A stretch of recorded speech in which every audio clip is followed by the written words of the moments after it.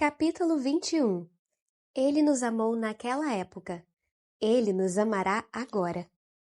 Romanos capítulo 5, versículo 8 diz: Deus prova o seu amor para conosco.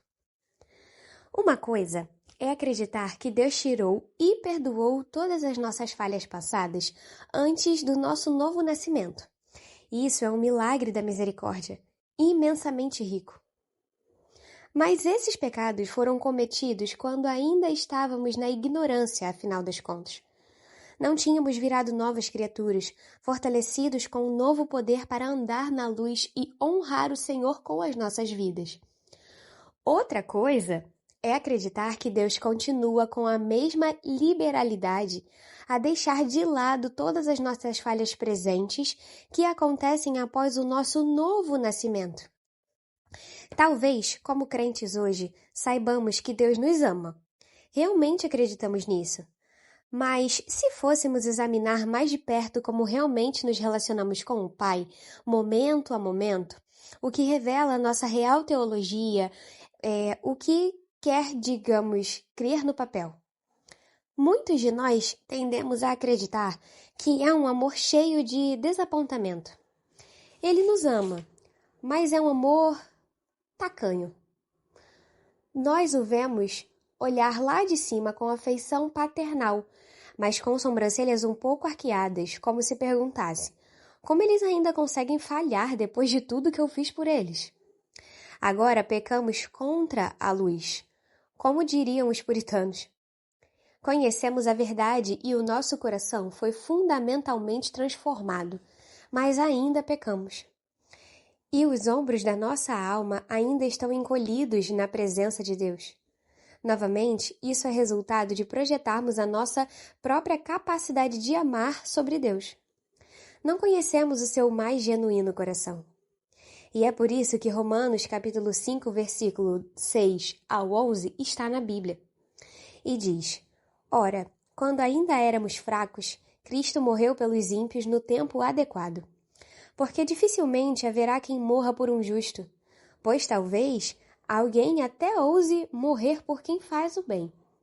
Mas Deus prova o seu amor para conosco ao ter Cristo morrido por nós, quando ainda éramos pecadores. Assim, agora justificados pelo seu sangue, muito mais ainda seremos por ele salvos da ira. Porque se nós, quando éramos inimigos, fomos reconciliados com Deus pela morte do seu Filho, muito mais estando já reconciliados, seremos salvos pela sua vida. E não somente isso, mas também nos gloriamos em Deus, por meio do nosso Senhor Jesus Cristo, pelo qual recebemos agora a reconciliação. Fecha aspas. Uma consciência cristã é uma consciência sensibilizada. Agora que conhecemos Deus como Pai, agora que os nossos olhos se abriram para a nossa rebelião traidora contra o nosso Criador, sentimos mais profundamente que nunca o horror do pecado. A falha espiritual faz a alma ranger como nunca. Então, logo depois de um parágrafo de regozijo das bênçãos da graciosa redenção de pecadores operadas por Deus, em Romanos capítulo 1, do versículo 1 ao 5, Paulo pausa para nos convencer de como podemos ter certeza da presença e do favor permanente de Deus.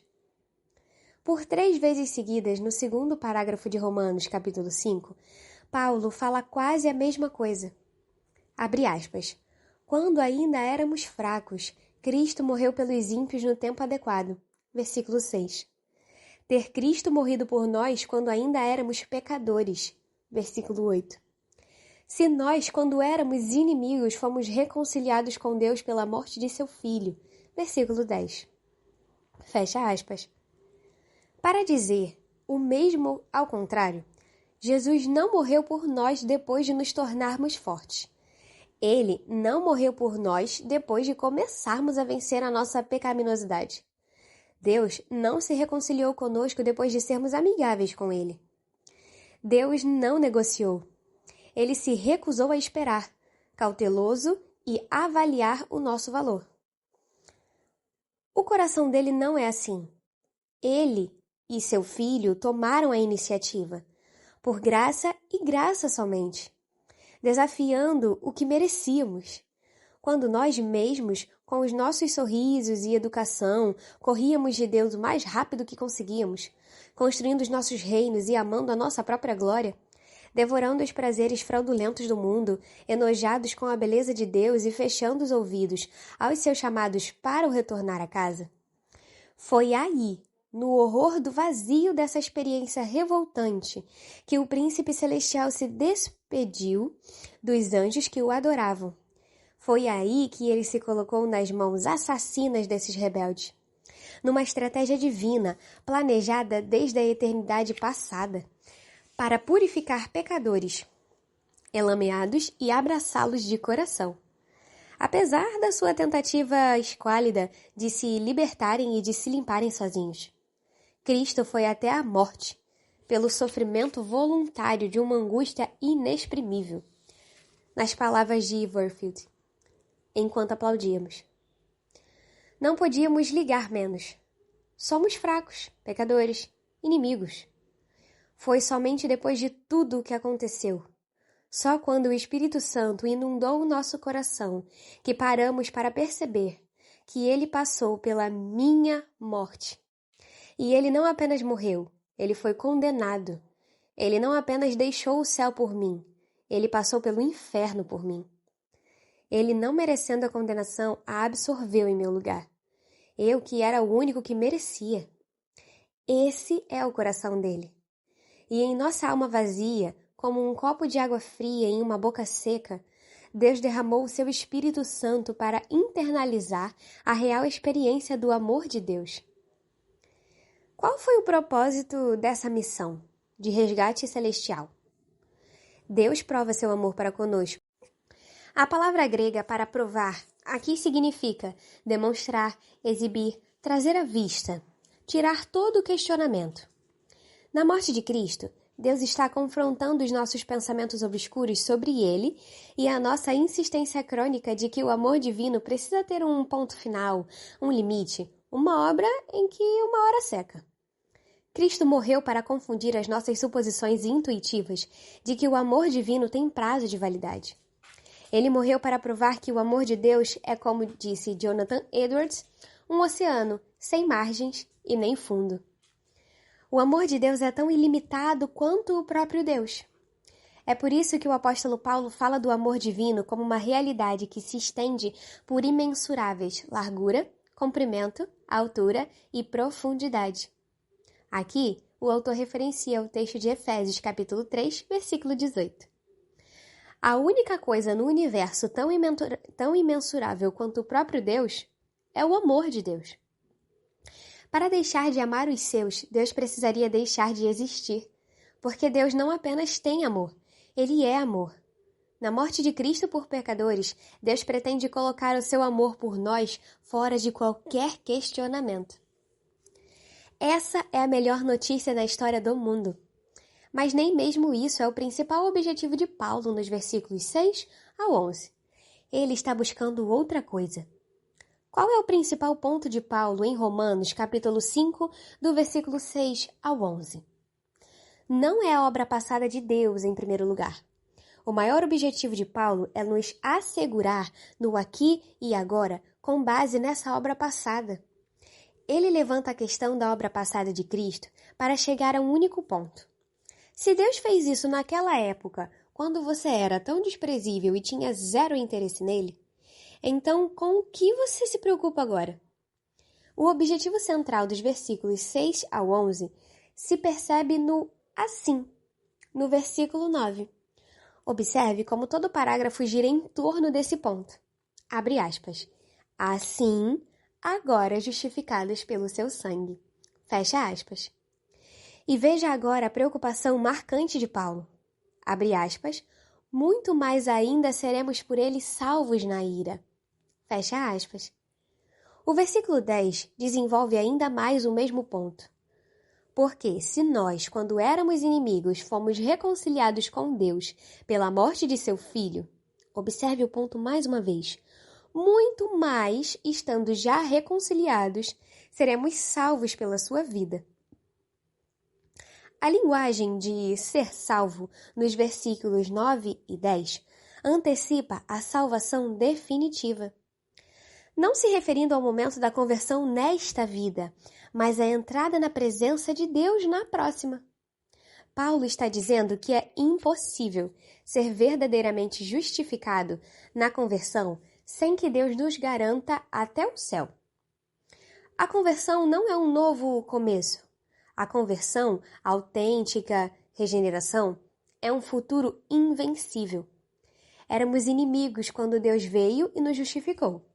Quanto mais Deus irá cuidar de nós agora que somos amigos. Na verdade, filhos. Como John Flavel coloca, assim como Deus não nos escolheu pela primeira vez porque estávamos no alto, Ele não irá nos abandonar agora que estamos lá embaixo. Quão facilmente nós que somos unidos a Cristo, nos perguntamos o que Deus pensa de nossos fracassos no agora. A lógica de Romanos capítulo 5 é: por meio do meu Filho, ele se aproximou de nós quando o odiávamos. Por meio de seu Filho, ele se aproximou de nós quando o odiávamos. Será que ele continuará distante agora que esperamos poder agradá-lo? Ele prontamente sofreu por nós quando éramos fracassados, órfãos até. Será que ele irá cruzar os braços para as nossas falhas agora que somos seus filhos adotados? O seu coração era manso e gentil para conosco quando éramos perdidos. Será que o seu coração será diferente agora que nós fomos achados? Quando ainda éramos. Até nessa bagunça ele nos amou. Ele nos amará em nossa bagunça no hoje também. A nossa própria agonia ao pecar é fruto da nossa adoção. Um coração frio não se importaria com isso. Não somos quem éramos. Quando você pecar, faça um trabalho de arrependimento completo. Odeie mais uma vez todo tipo de pecado. Consagre-se novamente ao Espírito Santo e aos seus puros caminhos.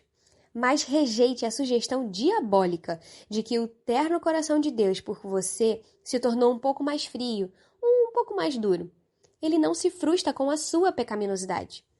O maior desapontamento dele com você são os seus pensamentos rasos sobre o coração dele. Cristo morreu, esbanjando na sua frente o amor de Deus. Se você está em Cristo, e somente uma alma em Cristo se perturbaria por ofendê-lo, os seus desvios não ameaçam o seu lugar no amor de Cristo mais do que a própria história pode ser revertida. A parte mais difícil já foi. Deus já executou tudo o que é necessário para assegurar a sua eterna felicidade. E isso quando você ainda era um órfão. Nada pode te deserdar agora que você é filho, nem mesmo você. Quem está em Cristo está preso eternamente dentro do eterno e terno coração de Deus. Seremos menos pecadores na vida futura do que agora, mas não estaremos mais seguros na vida futura que agora. Se fomos unidos a Cristo, já vale dizer que estamos no céu. Como Spurgeon pregou, abre aspas, Cristo te amou antes de todos os mundos, muito antes da estrela da manhã lançar o seu raio pelas trevas, antes das asas angelicais tocarem o virgem éter, antes de uma partícula da criação emergir do ventre do nada. Deus, o nosso Deus, dispôs o seu coração para todos os seus filhos. Desde então, ele alguma vez vacilou, alguma vez desistiu ou alguma vez mudou? Não. Vocês que provaram do seu amor e conheceram a sua graça, me darão bom testemunho de que ele foi um amigo certo em circunstâncias incertas. Você frequentemente o deixou. E ele? Já te deixou? Você teve muitas preocupações e problemas. E ele já te abandonou? Ele alguma vez desviou o seu coração e se fechou nas suas entranhas da compaixão? Não. Caro Filho de Deus, é seu dever solene dizer não e testemunhar a fidelidade do Senhor. Fecha aspas. Capítulo 22. Até o fim. João capítulo 13, versículo 1 diz: Tendo amado os seus que estavam no mundo, amou-os até o fim. O amor de Cristo não cessa. nem pode ser tentado a cessar por qualquer coisa que aconteça, ou o que acontecerá, com a pessoa amada, escreveu Bunyan. O que estamos vendo nesses últimos capítulos é que o coração de Cristo, para pecadores e sofredores, não brilha de relance com ternura, ocasionalmente ou temporariamente, definhando com o tempo. A mansidão e a humildade do coração é quem Cristo é firmemente, consistentemente, eternamente, mesmo quando toda a amabilidade em nós secar. Como sabemos disso? Sabemos disso por causa do que João capítulo 13, versículo 1 diz. Aquilo que é narrado em detalhes nos últimos capítulos de todos os 4 evangelhos. Jesus chegou ao precipício da cruz e não mudou de ideia. Ele entrou de cabeça. Proporcionalmente, o Evangelho de João é o que dedica mais espaço à semana final da vida de Jesus. E é o primeiro versículo do capítulo 13 que inicia essa extensa sessão final desse evangelho. A afirmação de João de que Jesus amou os seus até o fim inicia a narrativa da paixão, e a denúncia e a crucificação de Cristo são a demonstração histórica do que se resume em João capítulo 13, versículo 1. E o ponto desse capítulo é que, ao ir para a cruz, Jesus não retém algo para si, de forma que tendemos a fazer quando buscamos amar os outros sacrificialmente. Ele não ama como nós amamos. Nós amamos até sermos traídos.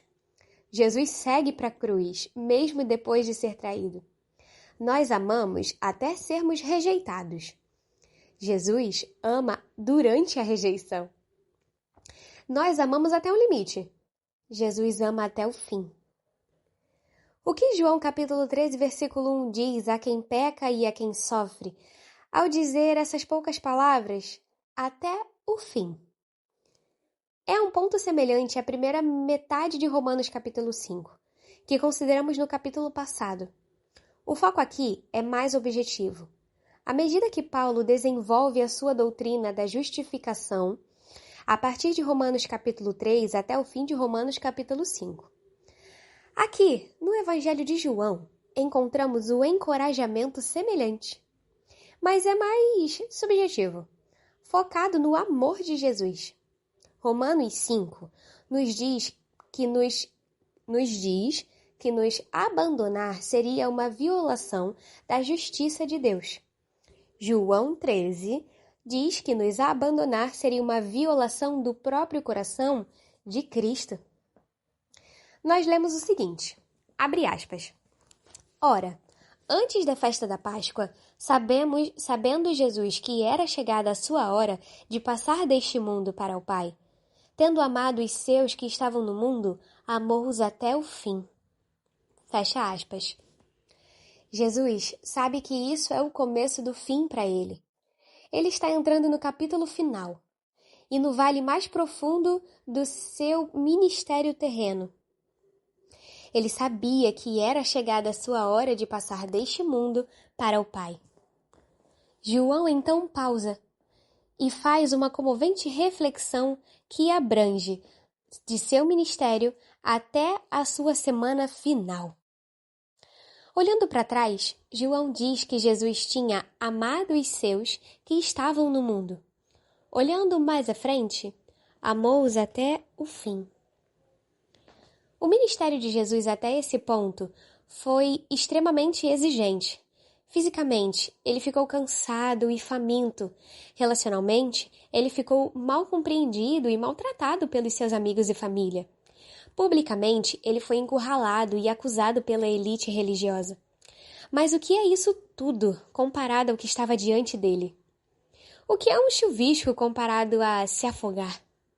O que é um grito de insulto quando você está a caminho da guilhotina? Considere exatamente o que estava por vir. Jesus fizera sem pestanejar toda a vontade de seu Pai. Porém, o tempo todo ele sabia que tinha o prazer e o favor de seu Pai. Isso foi pronunciado sobre ele.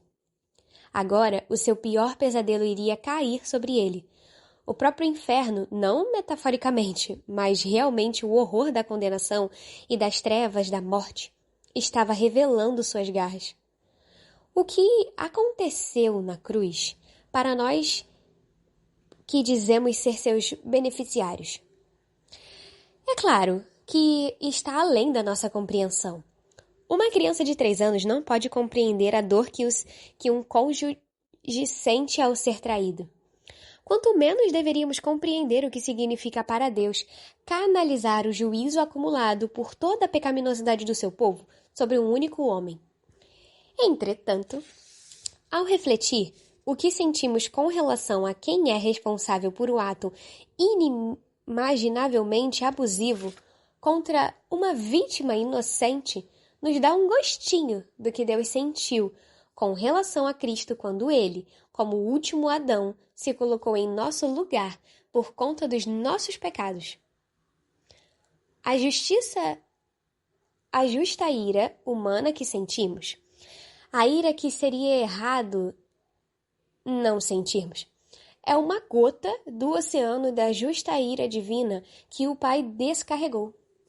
Afinal, Deus puniu Jesus por causa do pecado, não só de uma pessoa, mas de muitas.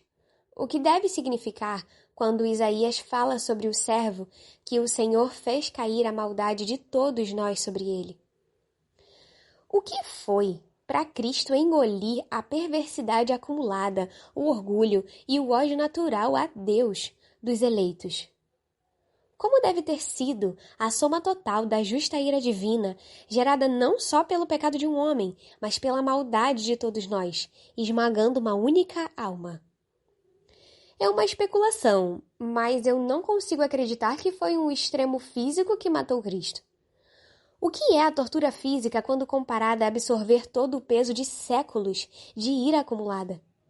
Aquela montanha de atrocidades empilhadas. Como Cristo, ao menos, reteve a sanidade psicologicamente ao absorver a penalidade total de cada pensamento e obra pecaminosos provindos dos corações do povo de Deus. E esse é só um dentre vários pecados.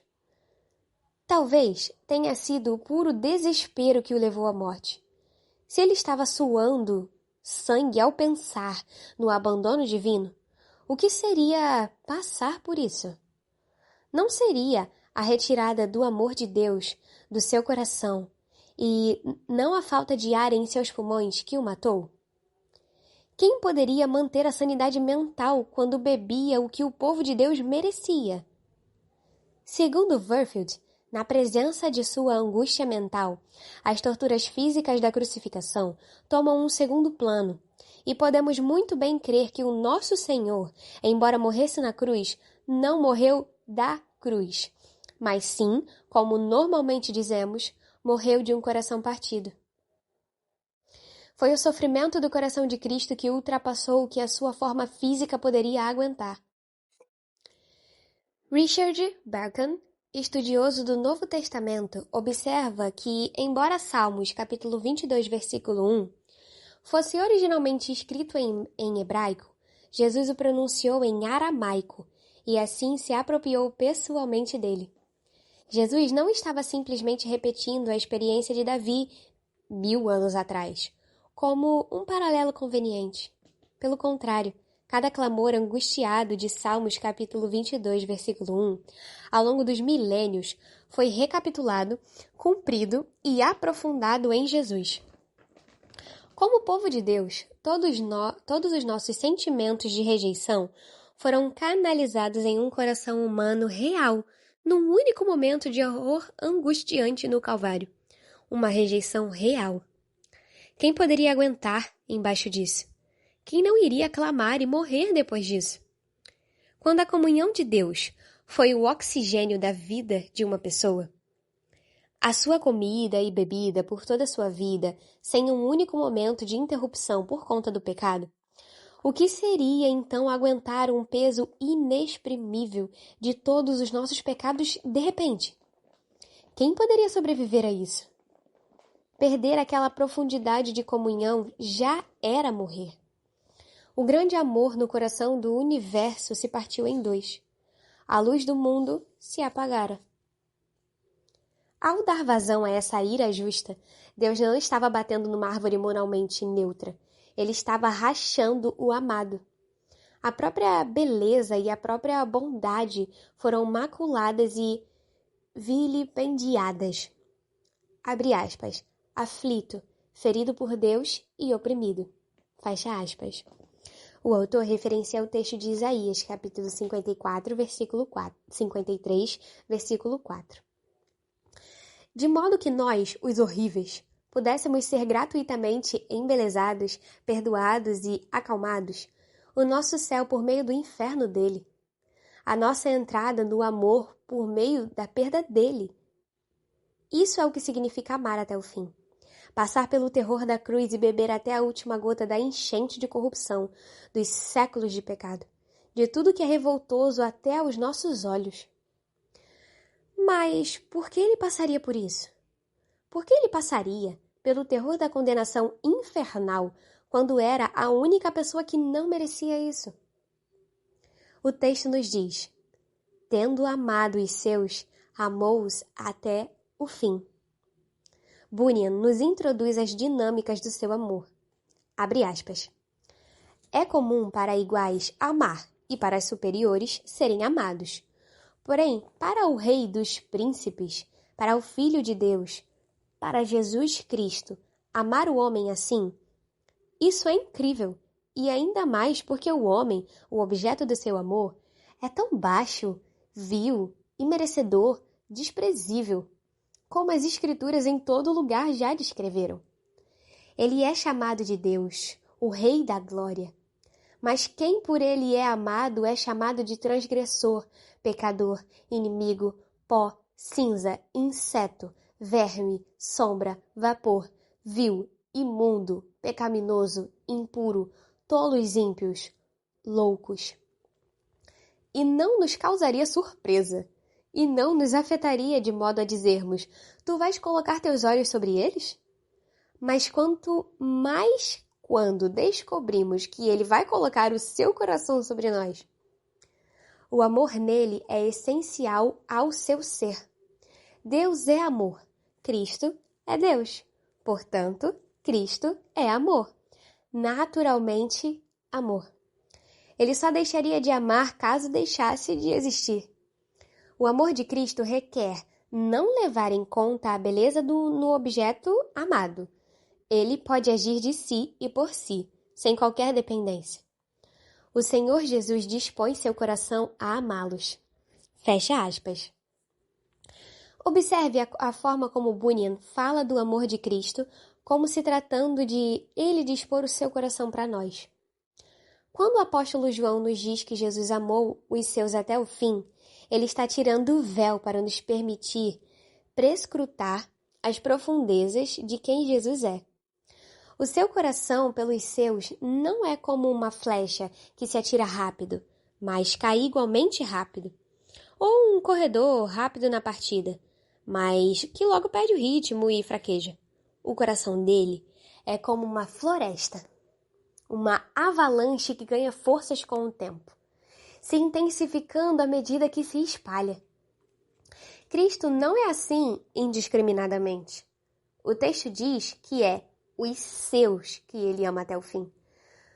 Os seus é uma expressão utilizada ao longo de João para se referir aos verdadeiros discípulos de Cristo, os filhos de Deus. Em João capítulo 10, por exemplo, Jesus fala de seus seguidores como suas ovelhas e diz que chama as suas ovelhas pelo nome. Quanto aos que não são dele, Jesus é um juiz temível, cuja ira não pode ser apaziguada ou arrefecida. A Bíblia ensina que Jesus um dia se revelará do céu com os seus anjos poderosos em chamas de fogo, punindo os que não conhecem a Deus e os que não obedecem ao Evangelho do nosso Senhor Jesus. A passagem prossegue para dizer que aqueles que não pertencem a Cristo sofrerão como castigo a perdição eterna. Contudo, para os seus, o próprio Jesus sofreu esse castigo. Ele dispôs seu coração para eles. Eles são dele. Segundo Owen, mesmo o mais insignificante, mais fraco, mais pobre crente na Terra é valorizado por Cristo, mais do que o mundo todo. O que isso significa para você? Cristo amou os seus o tempo todo, até o ponto da morte. Em primeiro lugar, significa que o seu futuro está seguro. Se você é dele, o céu e o alívio estão vindo, pois você não pode deixar de ser dele. Ele próprio o fez dele e você não pode escapulir do alcance dele. Em segundo lugar, isso significa que ele amará você até o fim. Não só o seu futuro está seguro com base na morte dele, o seu presente também está a salvo, com base no coração dele. Ele te amará até o fim porque ele não aguentou fazer o contrário. Sem saída ele estava. Sem acordo pré-nupcial.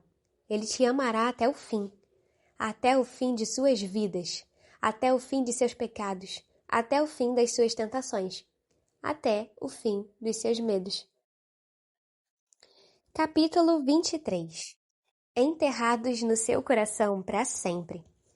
Efésios capítulo 2, versículo 7 diz: para mostrar nos séculos vindouros a suprema riqueza da sua graça pela sua bondade para conosco. Qual é o sentido de tudo?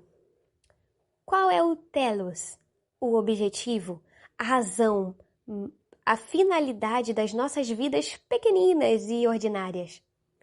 Temos boas razões, tanto bíblicas quanto históricas, para responder, que é glorificar a Deus. Afinal, o que mais resta? Somos obra de arte, feitos para sermos belos, e assim chamar atenção para o nosso artista. Simplesmente não fomos feitos para nada mais. Quando vivemos para glorificar a Deus, passamos a única forma verdadeiramente humana de viver. Nós funcionamos corretamente assim, como um carro funciona com gasolina e não com suco de laranja. Além disso, que vida seria melhor? Como é cansativa a miséria do eu. Como é energizante a alegria de viver por outro. Todavia, se o objetivo final da nossa vida é glorificar a Deus, como chegamos até lá? Em outras palavras, se podemos concordar sobre o porquê das nossas vidas serem criadas, não deveríamos também concordar na maneira de como? De que formas glorificamos a Deus?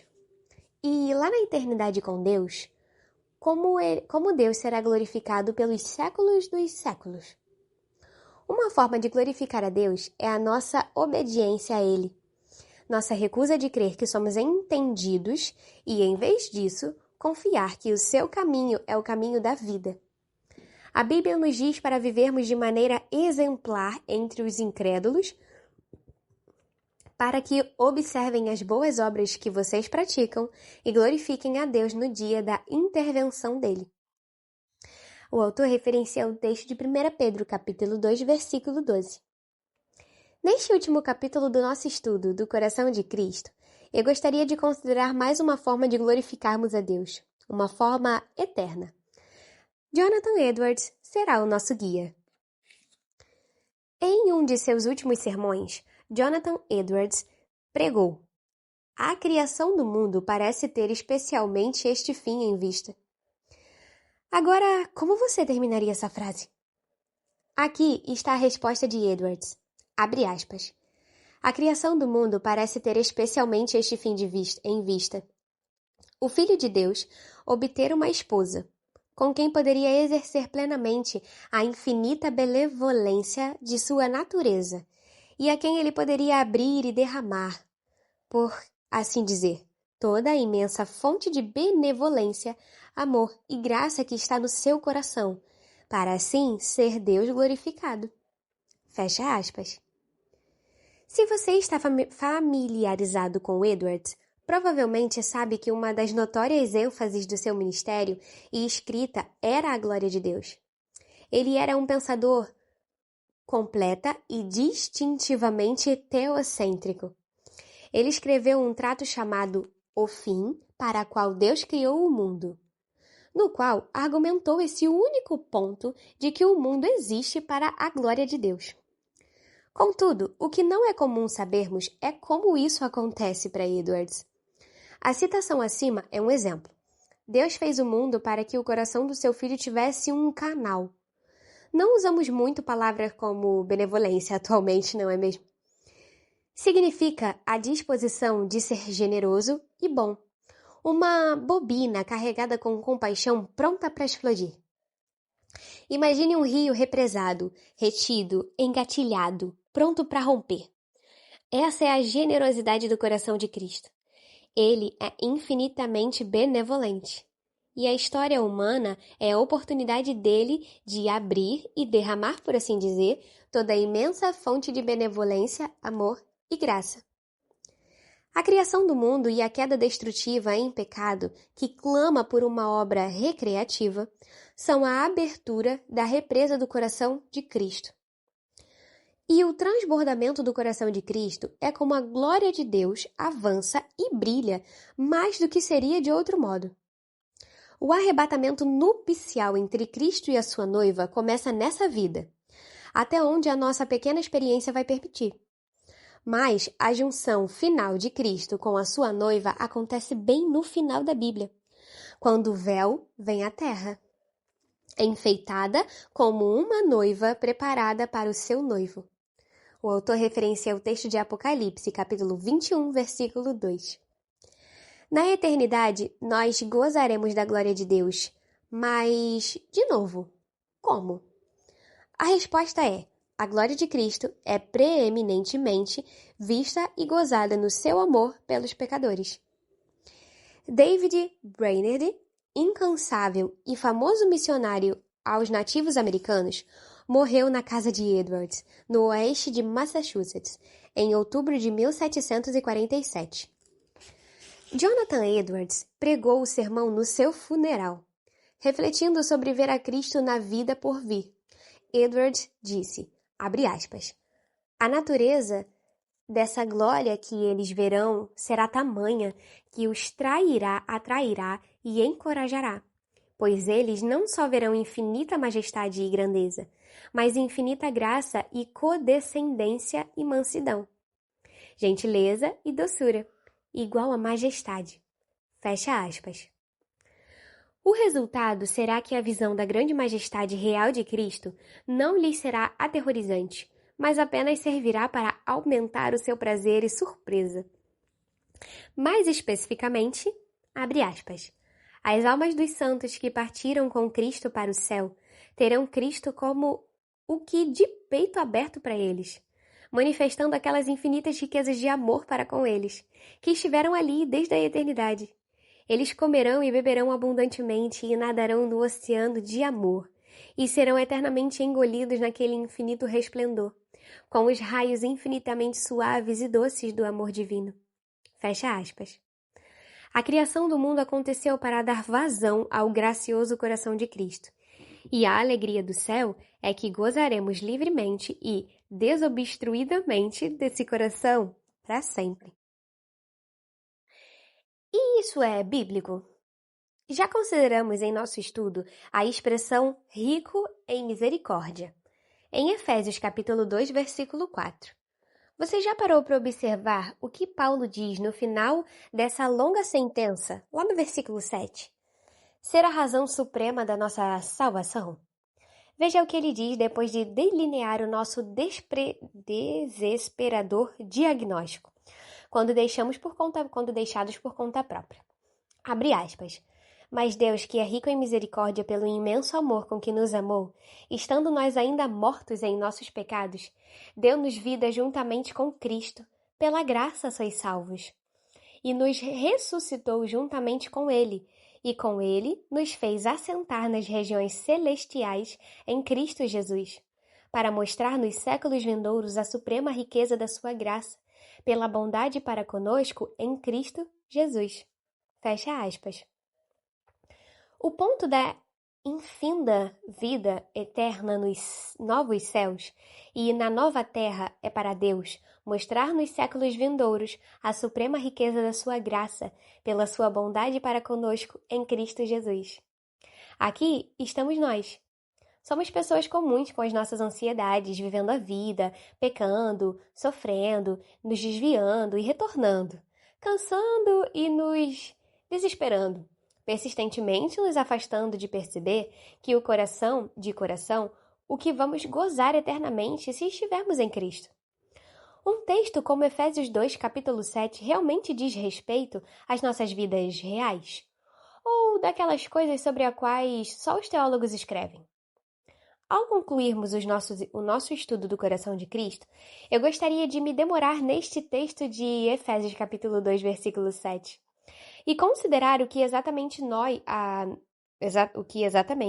nos é oferecido neste pequeno texto que simplesmente reflete o ensino da Escritura como um todo, sobre qual é o nosso futuro.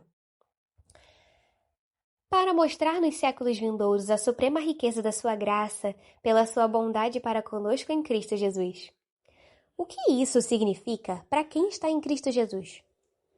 Isso significa que um dia Deus nos fará entrar pelo guarda-roupa em Nárnia e lá estaremos, paralisados de alegria, deslumbrados e surpresos e também aliviados.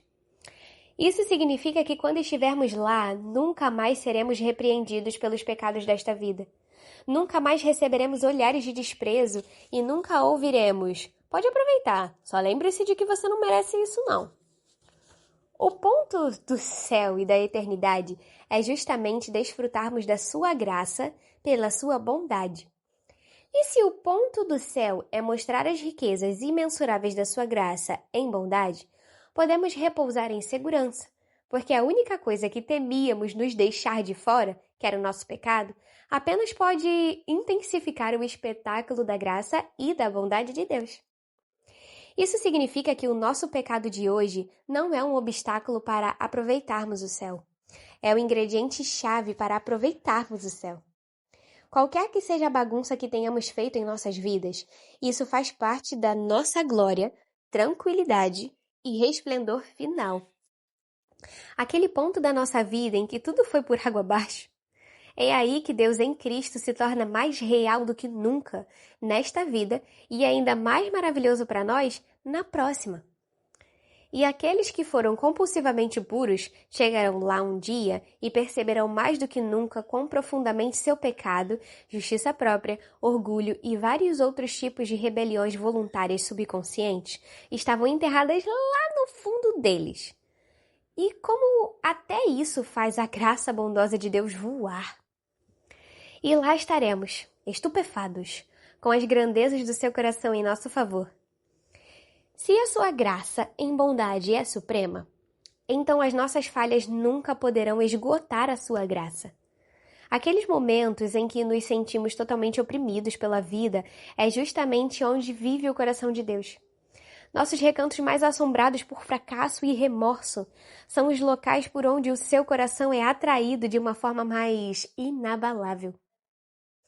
Se a sua graça em bondade é marcada por uma suprema riqueza, contra uma graça medíocre e mediana, então os nossos pecados nunca podem esgotar o seu coração.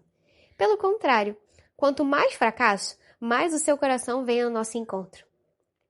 Efésios capítulo 2, versículo 7 nos diz simplesmente: a suprema riqueza da sua graça, mas a suprema riqueza da sua... Efésios capítulo 2, versículo 7 não diz a suprema riqueza da sua graça, mas a suprema riqueza da sua graça, pela sua bondade para conosco.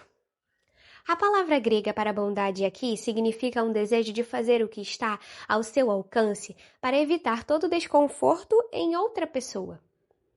É a mesma palavra usada em Mateus capítulo 11, versículo 30, em que Jesus diz: o meu fardo é leve. O fardo dele é bom, gentil.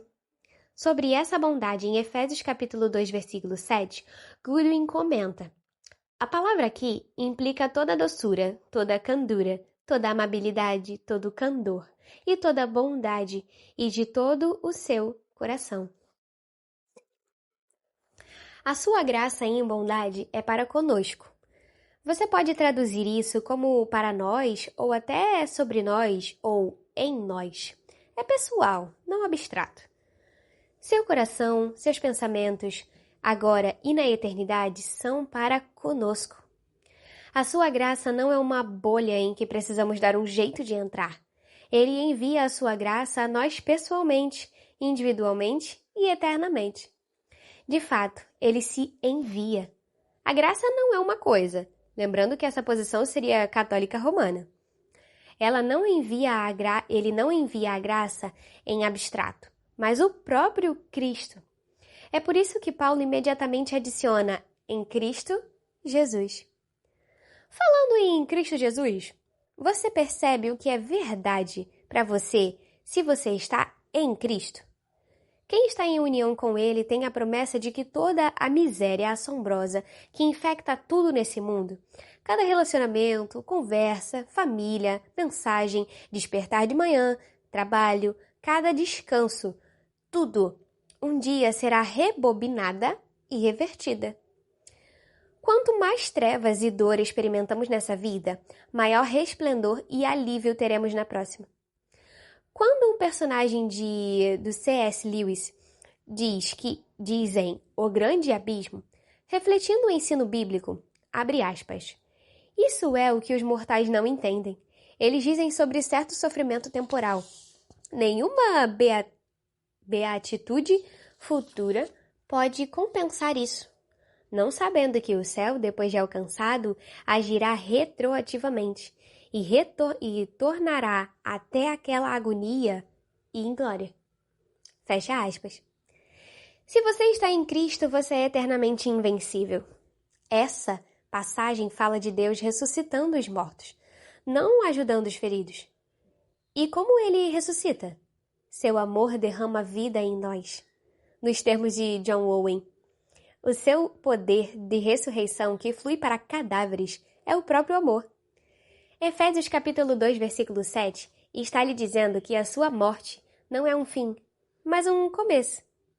Não uma parede, mas uma porta. Não uma saída, mas uma entrada. A ponto de toda a história humana e da própria eternidade é mostrar o que não pode ser mostrado. Demonstrar o que não pode ser adequadamente demonstrado. Na era vindoura, desceremos ainda mais fundo na graça de Deus em bondade, para dentro do seu próprio coração. E quanto mais entendermos disso, mais perceberemos que está além da compreensão. Não dá para medir. Para quem não está em Cristo, essa vida é a melhor que um dia terão. Para quem está em Cristo, aqueles para quem Efésios 2, capítulo 2, versículo 7, é nada menos que a passagem eterna logo após a próxima curva na estrada, essa vida é a pior que um dia terão. Abre aspas, na manhã da ressurreição, quando o sol da justiça se manifestar nos céus, brilhando em todo o seu resplendor e glória, ele virá como noivo. Ele virá na glória de seu Pai, com todos os seus anjos. Haverá um alegre reencontro desse noivo glorioso com a sua noiva. Então, o noivo se manifestará em toda a sua glória, sem qualquer véu. E então, os santos resplandecerão como o sol no reino de seu Pai e na destra de seu Redentor. Então chegará o tempo em que Cristo docemente conduzirá a sua esposa para entrar com ele no palácio da sua glória, que foi preparado para ela desde a fundação do mundo, e, por assim dizer, a toma pela mão e a traz para junto dele. E esse glorioso noivo e a sua noiva, com todos os seus parâmetros resplandecentes, sobem juntos para o céu dos céus. Toda a multidão dos gloriosos anjos espera por eles, e esse filho e a filha de Deus se apresentarão com a sua glória e alegria unidas perante o Pai, no momento em que Cristo diz: aqui estou, e os filhos que Deus me deu. E ambos, nessa relação e união, juntos receberão a bênção do Pai, e daí em diante se regozijarão juntos, numa glória consumada, ininterrupta, imutável e eterna, em amor e num mútuo enlace, gozando juntos para sempre o amor do Pai. Fecha aspas.